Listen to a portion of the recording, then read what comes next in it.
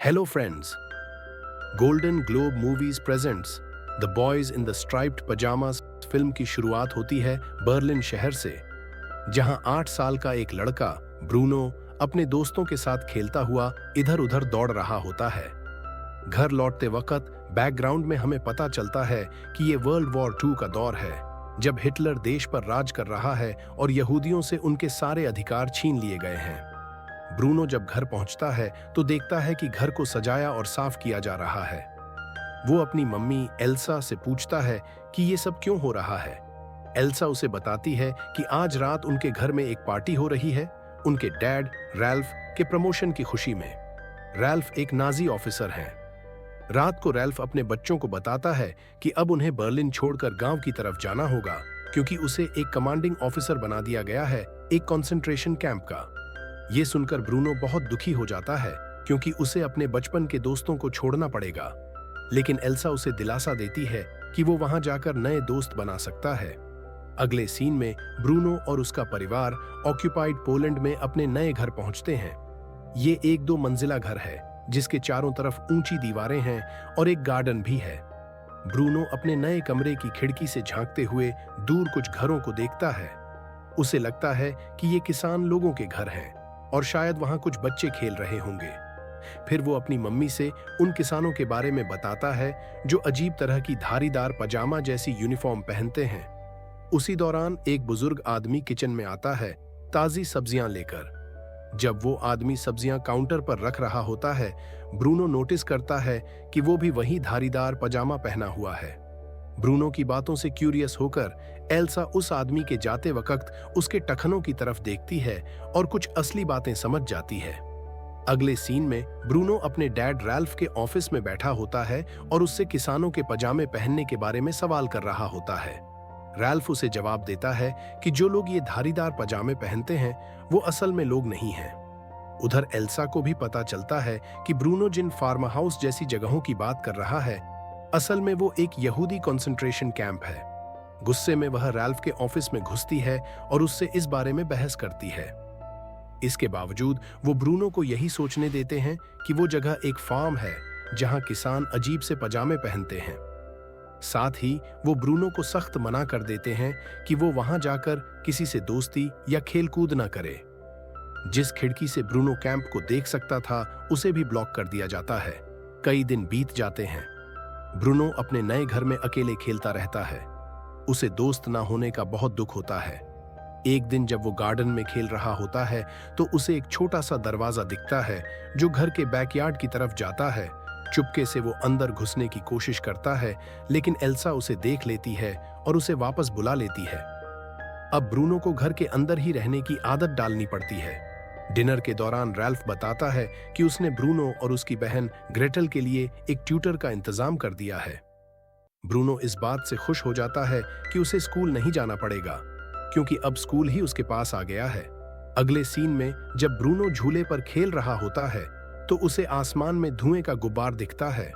वो खड़ा होकर देखना चाहता है कि धुआं कहां से आ रहा है, लेकिन इसी कोशिश में झूले से गिर जाता है और चोट खा लेता है। वही बुजुर्ग आदमी जिसे पहले सब्जियां लाते देखा था उसे उठाता है और फर्स्ट एड देता है।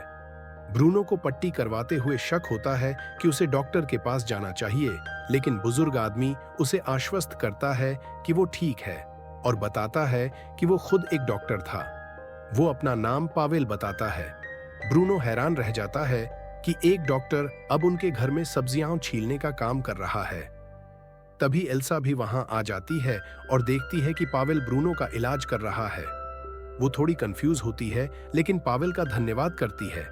अगले सीन में ब्रूनो अपनी बहन ग्रेटल के कमरे की खिड़की से बाहर झांक रहा होता है और देखता है कि एक बुजुर्ग आदमी साइकिल चला रहा है। ब्रूनो सोचता है कि शायद वही उनका नया टीचर है और उसकी सोच सही निकलती है। वो टीचर उन्हें नाजी रेजीम और उसके इतिहास के बारे में पढ़ाना शुरू करता है। ब्रूनो, जो रोमांचक कहानियां पढ़ना चाहता था, उसे मोटी और बोरिंग हिस्ट्री की किताबें पकड़ा दी जाती हैं। बाद में ब्रूनो जब बोर होकर किताब पढ़ रहा होता है, तभी उसे बैकयार्ड का दरवाजा खुला दिखता है। इस बार वो जल्दी से भागता है और शेड के रास्ते से बाहर निकल जाता है। वो जंगल के रास्ते चलते चलते आगे बढ़ता है, बिना यह जाने कि रास्ता कहां जाएगा। ब्रूनो चलते चलते उस कैंप तक पहुंच जाता है जिसे वो फार्म समझ रहा था। कैंप के चारों ओर कांटेदार तारों की बाड़ लगी होती है और अंदर सारे लोग एक जैसे धारीदार पजामे पहने होते हैं जिन पर नंबर लिखे होते हैं। ब्रूनो को कैंप के दूसरी तरफ अपने ही उम्र का एक लड़का अकेले बैठे दिखाई देता है। वो दोनों लड़कों के हालात और उनके रहने की जगहों का फर्क साफ देख सकता है। ब्रूनो अपना नाम बताता है और उस लड़के से दोस्ती करता है जिसका नाम शमुएल है। शमुएल बताता है कि उसे भूख लगी है और पूछता है कि क्या ब्रूनो कुछ खाने के लिए लाया है। ब्रूनो की जेबें खाली होती हैं, लेकिन वो चुपचाप सोच लेता है कि अगली बार उसके लिए कुछ लाएगा। ब्रूनो को शमुएल के कपड़ों पर लिखे नंबर देखकर लगता है कि शायद ये कोई खेल का हिस्सा है, लेकिन शमुएल कहता है कि ये किसी खेल का हिस्सा नहीं है। और तभी एक गार्ड की सीटी सुनते ही जल्दी से कैंप के अंदर चला जाता है। ब्रूनो भी वापस अपने घर लौट आता है और अपने नए ट्यूटर के साथ पढ़ाई करने लगता है। अगले दिन ब्रूनो कैंप में चॉकलेट बार लेकर आता है, लेकिन इस बार शमुएल उसे मिलने नहीं आता। ब्रूनो कई बार शमुएल से मिलने जाता है और उसके लिए खाना भी लाता है। आखिरकार ब्रूनो को पता चलता है कि शमुएल एक यहूदी बच्चा है जिसे उसके मम्मी पापा के साथ इस कैंप में लाया गया है। ब्रूनो शमुएल से चिमनी से निकलते धुएं के बारे में भी पूछता है। शमुएल जवाब देता है कि उसे भी नहीं पता और उसे वहां के पास जाने की इजाजत भी नहीं है। ब्रूनो वादा करता है कि वो जल्दी ही फिर से मिलने आएगा और घर लौट आता है। थोड़ी देर बाद हम देखते हैं कि ब्रूनो अपने डैड से चिमनी के धुएं के बारे में पूछता है। रैल्फ जवाब देता है कि वो धुआं जली हुई गार्बेज का है। कुछ समय बाद एल्सा ग्रेटल के कमरे में जाती है और नोटिस करती है कि वहां दीवारों पर नाजी वॉर पोस्टर्स लगे हुए हैं। एल्सा को शक होता है कि ट्यूटर बच्चों को क्या पढ़ा रहा है। वहीं दूसरी तरफ टीचर बच्चों को यहूदी लोगों के बारे में पढ़ा रहा होता है, ये बताते हुए कि ये लोग देश की बर्बादी की असली वजह है। हालांकि ब्रूनो, जो शमुएल के बारे में सोच रहा था, क्लास में जवाब देता है कि सारे जूस बुरे नहीं होते। क्लास के बाद वो तय करता है कि वो शमुएल से मिलने जाएगा और उसके लिए कुछ खाने का सामान भी पैक करना याद रखता है। वो चालाकी से अपने घर से बाहर निकलता है और कैंप तक पहुंच जाता है। ब्रूनो शमुएल को खाना देता है और उसे खाते हुए देखता है। थोड़ी देर बाद ब्रूनो फुटबॉल कैंप के अंदर फेंकता है ताकि शमुएल के साथ खेल सके, लेकिन डरे हुए शमुएल तुरंत उसे वापस फेंक देता है। शमुएल फिर खंभों के पीछे छुप जाता है और ब्रूनो को बताता है कि अगर किसी ने उन्हें एक साथ देख लिया तो बड़ी मुसीबत हो सकती है। इसी बीच एल्सा भी चिमनी से आ रही गंदी बदबू से परेशान होती है। लेफ्टिनेंट कॉटलर उसे बताता है कि कैंप से उठने वाला धुआं असल में यहूदी लोगों के शवों को जलाने से आ रहा है। ये सुनकर एल्सा शॉक हो जाती है और तुरंत रैल्फ से इस बारे में बात करने के लिए निकल पड़ती है। रैल्फ उसे समझाता है कि उसे यहूदी लोगों को मारने का काम सौंपा गया है, इसलिए उसे प्रमोशन मिला है। पर एल्सा अपने पति को इस हालत में देखकर दहशत में आ जाती है। डिनर के दौरान पावेल वाइन परोसते वक्त गलती से कॉटलर पर वाइन गिरा देता है, जिसके बाद कॉटलर उसे बेरहमी से पीटता है।